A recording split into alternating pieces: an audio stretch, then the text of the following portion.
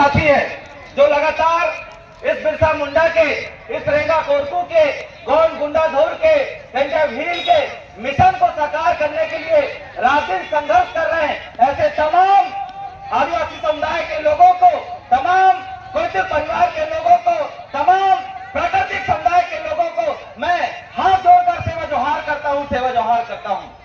साथियों, आज हम उस बिरसा मुंडा को याद करने के लिए यहाँ एकजुट हुए हैं। आज उस पूर्वज को याद कर रहे हैं जिस पूर्वज ने मात्र 14 साल की उम्र में एक नारा दिया था, और वो नारा कोई मामूली नारा नहीं था। वो नारा था अबुआ दिसुम, अबुआ दिसुम, अबुआ राज। मतलब आज हम उस बिरसा मुंडा को याद कर रहे हैं जिस बिरसा मुंडा ने 14 साल की उम्र में एक ऐसा नारा देता है जो नारा पूरे देश के अंदर, पूरे अखंड गोलबाला के अंदर क्रांति का भूचाल ला देता है। और वो नारा था अबुआ दिसुम, अबुआ दिसुम। कहने का मतलब ये है साथियों कि हमारे देश में हमारा राज, हमारा जो पूर्वज था, हमारा जो बिरसा मुंडा था, हमारा जो रेंगा कोरकू था, हमारा जो गुंडा गुरदौन था, हमारा जो टेंटा भील था, वो इस देश के अंदर अपना राज लाना चाहते थे। वो इस देश के अंदर रहने वाले जितने भी शरणार्थी है, जिन्होंने हमारे शहर के अंदर जमीन पे कब्जा करा है, उनको इस देश से भगाना चाहते थे। आज उन शरणार्थियों ने, आज उन आक्रमणकारियों की औलादों ने हमारे पूर्वजों के द्वारा बचाई गई जमीनों पे कब्जा कर लिया है। साथियों, आज बड़े दुख के साथ मुझे ये बात कहना पड़ रहा है कि बुरहानपुर क्षेत्र के अंदर हजारों लाखों एकड़ ऐसी जमीन है जहां पर शरणार्थियों ने कब्जा करके रखा है। साथियों, आज उस जमीन को छुटाने का समय आ गया है। आज उस जमीन पे अपना मालिकाना हक जताने का समय आ गया है, क्योंकि ये लड़ाई उन पूर्वजों की लड़ाई है। ये लड़ाई उस पुरखों की लड़ाई है जिस लड़ाई के चक्कर में हमारे पूर्वजों ने कुर्बानी देना स्वीकार किया, जिन पूर्वजों ने इस व्यवस्था के खिलाफ उद्गार करना सिखाया, उस जमीन को बचाने का सपना देखा।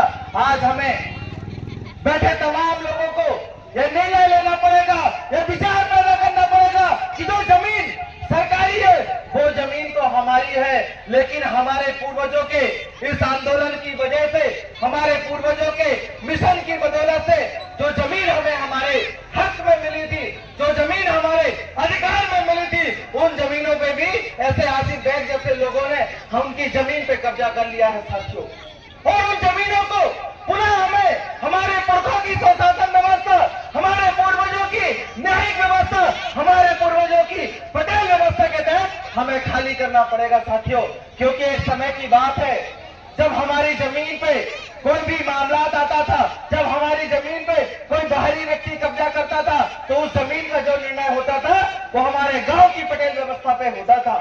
जब एक गांव की पटेल व्यवस्था हमारा उस जमीन का निर्णय नहीं कर पाती थी, तो हम 5 गांव के पटेलों को बिठाकर उस जमीन का निर्णय करते थे। साथियों, और 5 गांव का पटेल जब जमीन का निर्णय लेने में सक्षम नहीं होता था, तो हम 12 गांव के लोग बैठकर उस जमीन का निर्णय लेते थे।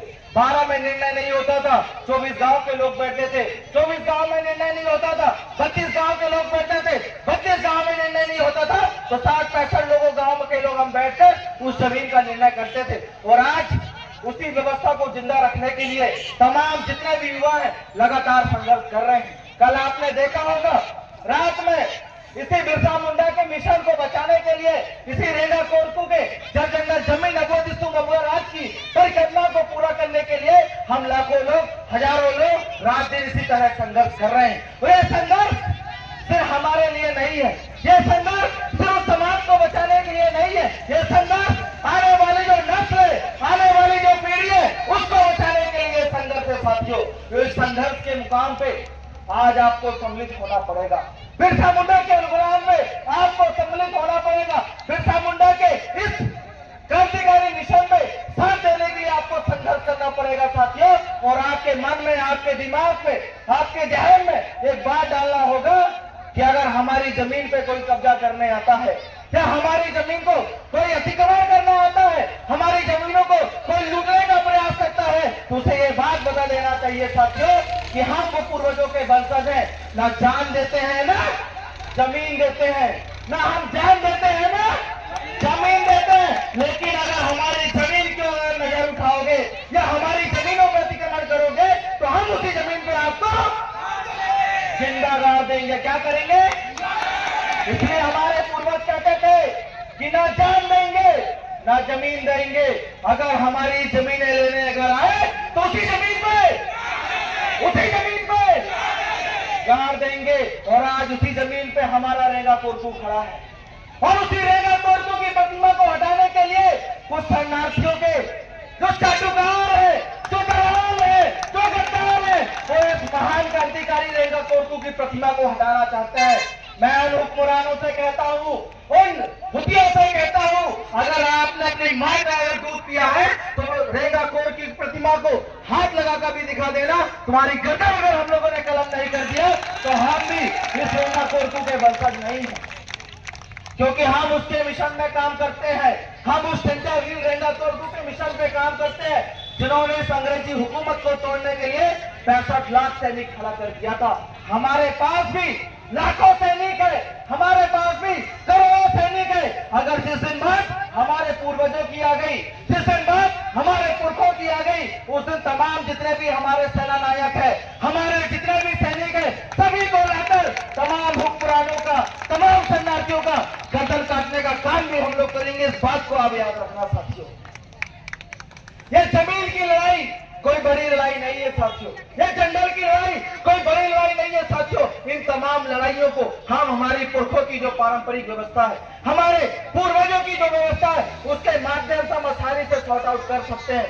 लेकिन बड़े दुर्भाग्य के साथ मुझे ये बात आपको कहना पड़ रहा है कि हम आदिवासी दिवस मनाते हैं तो यही जनजाति गौरव दिवस मनाने वाले लोग हमारा विरोध करते हैं। और आज जो बिरसा मुंडा पूरे भारत के लिए जंगल जमीन बचाने के लिए सिर्फ साहूकारों के खिलाफ, जमीन अतिक्रमणकारियों के खिलाफ लड़ा, आज उसी का सहारा लेकर हमारे जो कुछ नालायक सरकार के जो लोग हैं वो जनजाति गौरव दिवस मना रहे हैं।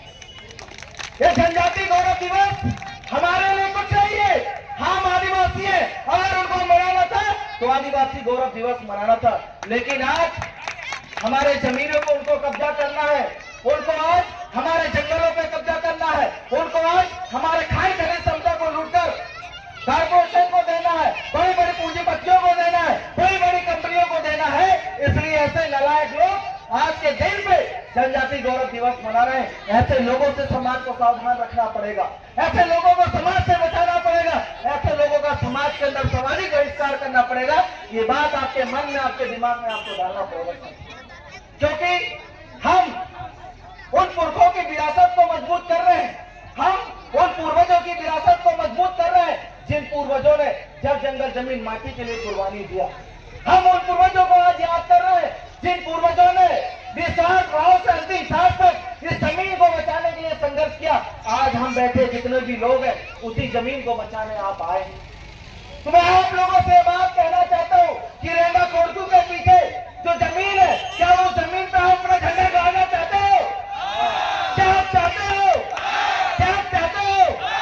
अगर आप इस जमीन पे झंडा गाड़ते हो और इसी बीच शासन प्रशासन के अधिकारी आप लोगों के ऊपर एफआईआर करते हैं या आप लोगों को जेल में डालते हैं, तो क्या आप डरोगे? क्या आप डरोगे? क्या आप डरोगे? नहीं डरोगे। डरोगे क्या? अगर वो जमीन पे कब्जा करने के लिए तमाम जितने भी क्रांतिकारी साथी है, अगर वो आगे जाकर उस जमीन पे कब्जा लेते हैं, अगर उनकी गिरफ्तारी होती है, तो आप तमाम जितने भी लोग हैं क्या गिरफ्तारी देने के लिए तैयार है? क्या तैयार है? तो बस साथी यही हमें चाहिए, आपकी यही एकता, यही सामूहिकता आपकी तमाम जमीनों को सुरक्षित कर सकती है, आपके तमाम जंगलों को सुरक्षित कर सकती है, आपके तमाम खाद खनिज संपदा को सुरक्षित कर सकती है। ये बात आपके दिमाग और मस्जिद में आपको डालना पड़ेगा। इसके बाद कुछ देर बाद हम जो पीछे की जो जमीन है उस पर अपना वोट डालेंगे और अपना मालिकाना अधिकार ना नेता का ना गुंडा का, ना नेता का ना गुंडा का, ना नेता का ना गुंडा का। बिरसा मुंडा ने क्या किया? क्या किया? बिरसा मुंडा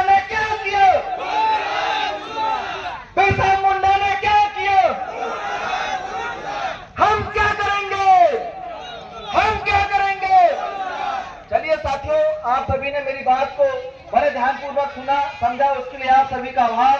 जोहार, जिंदाबाद, जय आदिवासी, जय प्रकाश, जय मुठुआ।